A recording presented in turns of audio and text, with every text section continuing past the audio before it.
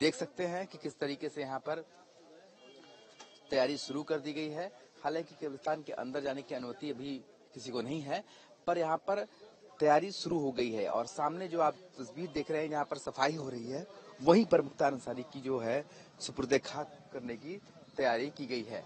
तो फिलहाल मोहम्मदाबाद के कालीबाग के इस कब्रिस्तान में यहाँ पर तैयारी पूरी हो चुकी है और यहाँ पर ही मुख्तार अंसारी के जो परिवार के लोग हैं, जिनका निधन हो चुका है, चाहे उनकी माताजी हो या पिताजी हो, सभी को यहीं पर सुपुर्द खाक किया गया है। और ऐसे में अब मुख्तार अंसारी की भी अंतिम क्रिया जो है वो यहीं पर की जाएगी और इसलिए यहाँ पर तैयारी शुरू कर दी गई है। तस्वीरों में देख सकते हैं यहाँ पर जो सामने आप जहाँ पर सफाई हो रही है, ठीक उसके पीछे जो दिख रहे हैं खाली स्थान दिखाई दे रहा है, वहीं पर मुख्तार अंसारी को सुपुर्द खाक करने की तैयारी हो रही है। तो फिलहाल गाजीपुर के कालीबाग के इस कब्रिस्तान में पूरी तरीके से तैयारी हो चुकी है। बस अब इंतजार हो रहा है मुख्तार अंसारी के शव को यहाँ पर लाने का, ताकि सुपुर्द खाक की जो प्रक्रिया है उसे शुरू किया जा सके। वहीं पर सुरक्षा के भी व्यापक इंतजाम किए गए हैं। पुलिस लगातार इस बात पर ध्यान रख रही है कि अधिक से अधिक भीड़ कहीं इकट्ठा न हो और भारी सुरक्षा के बीच सुपुर्द खाक की जो कार्रवाई है वो संपन्न कराया जा सके। वीडियो जर्नलिस्ट शिवम मिश्रा के साथ सुशांत मुखर्जी, न्यूज स्टेज, मोहम्मदाबाद। तो कालीबाग कब्रिस्तान में सुपुर्द खाक किया जाएगा मुख्तार अंसारी को। अधिकारियों ने जायजा भी लिया है और वहां पर तमाम जो तैयारियां हैं उन्हें मुकम्मल भी किया जा रहा है। तो गाजीपुर में सुपुर्द खाक होगा मुख्तार अंसारी। ये बड़ी खबर आपको हम बता रहे हैं, गाजीपुर में सुपुर्द खाक होगा मुख्तार अंसारी। और इसी के साथ देखिए, कड़ी सुरक्षा के बीच मुख्तार का शव ले जाने के लिए एक रूट प्लान प्रशासन की ओर से तैयार भी किया गया है। और इसी के मद्देनजर कई ऐसी चीजें हैं जिन पर एहतियातन कुछ बिंदु अपनाए गए हैं, जैसे कि धारा 144 लगाई गई है। छावनी में हॉस्पिटल को तब्दील कर दिया गया है, जहां पर पोस्टमार्टम किया जाएगा। और इसी के साथ जो परिजन है, सिर्फ उन्हें ही अनुमति होगी। परिजनों का जो काफिला है, वो जो प्रशासन का काफिला है उसी के साथ चलेगा। बीच में हाईकोर्ट मुख्तार का बेटा अब्बास जा सकता है, आज ऐसा भी हो सकता है और तत्काल कार्रवाई की बात पहले ही वो कर चुके हैं। तो मुख्तार के जनाजे में शामिल होने के लिए पैरोल मांगेगा।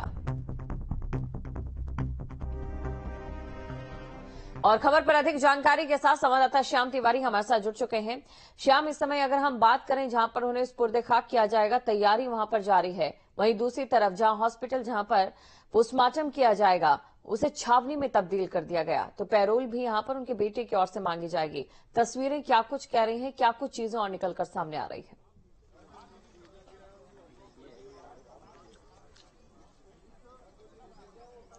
बिल्कुल, मुख्तार अंसारी की जिस तरीके से मौत हुई है हार्ट अटैक से, उसके बाद तमाम अब तैयारियों का दौर शुरू होने वाला है। दरअसल तैयारी की जानी है उनको सुपुर्द खाक किए जाने की। इसके अलावा प्रशासन को तैयारी करनी है कि सुरक्षित तरीके से उनके शव को पहुंचाने की और इस दौरान किसी भी तरीके का हंगामा ना हो, ये सुनिश्चित करने की। साथ ही साथ पोस्टमार्टम हाउस में किसी भी तरीके का हंगामा ना हो, क्योंकि उनके परिजन थोड़ी देर बाद पहुंचने वाले हैं। हालांकि कहा जा रहा है कि केवल उमर ही आएंगे, क्योंकि रात में उमर आए थे और उन्होंने दावा किया था कि वो अपने पापा का शव लेने खुद आएंगे और दूसरे परिजन नहीं आएंगे। उन्होंने साफ कहा था कि बाकी सब लोग घर पे रहेंगे और वो क्योंकि आ गए हैं और वो ही शव लेकर के रवाना होंगे।